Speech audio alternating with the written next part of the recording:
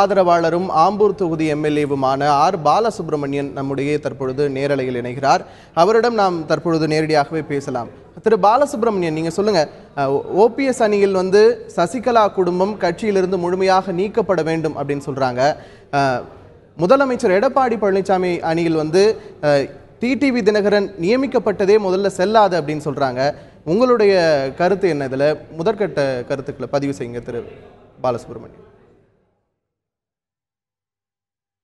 அனைத்து இந்திய அண்ணா திராவிட முன்னேற்ற கழகம் புரட்சித் தலைவர் எம்ஜிஆரால் ஆரம்பிக்கப்பட்ட நிறுவனம்.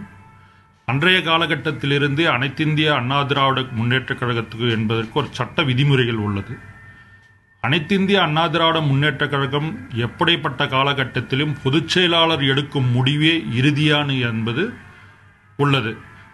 புரட்சித் தலைவராலும் புரட்சித் தலைவருக்கு பின்னால் புரட்சித் தலைவி அம்மா அவர்களாலும் இந்த நிறுவனம் இயக்கப்பட்ட இன்று நாள் வரை பொதுச் செயலாளர் எடுக்கும் முடிவே இறுதியானது என்பதை அனைத்து இந்திய அண்ணா திராவிட முன்னேற்ற கழக அடிமட்ட தொண்டர்களுக்கும் தெரிந்த விஷயம்.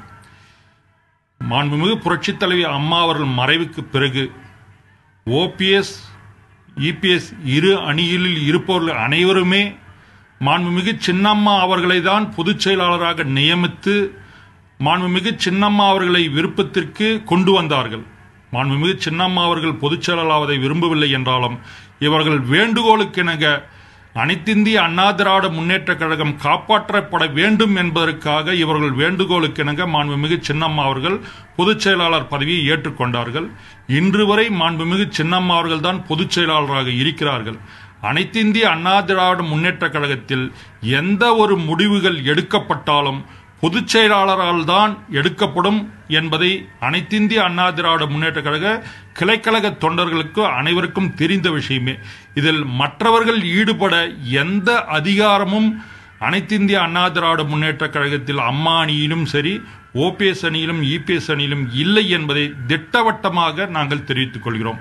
அம்மா அவர்களால் துணை பொதுச் செயலாளராக நிறுவப்பட்ட துணை பொதுச் செயலாளர் அண்ணன் டிடிவி அவர்கள் சின்னம்மா பொதுச் செயலாளர் அவர்கள் சின்னம்மா அவர்கள் இந்த இயக்கத்தை நடத்த முடியாத நிலைமையில் இருப்பதால் துணை பொதுச் செயலாளர் நியமித்து அந்த பொறுப்புகளை துணை பொதுச் செயலாளர் ஒப்படைத்திருக்கிறார்கள்.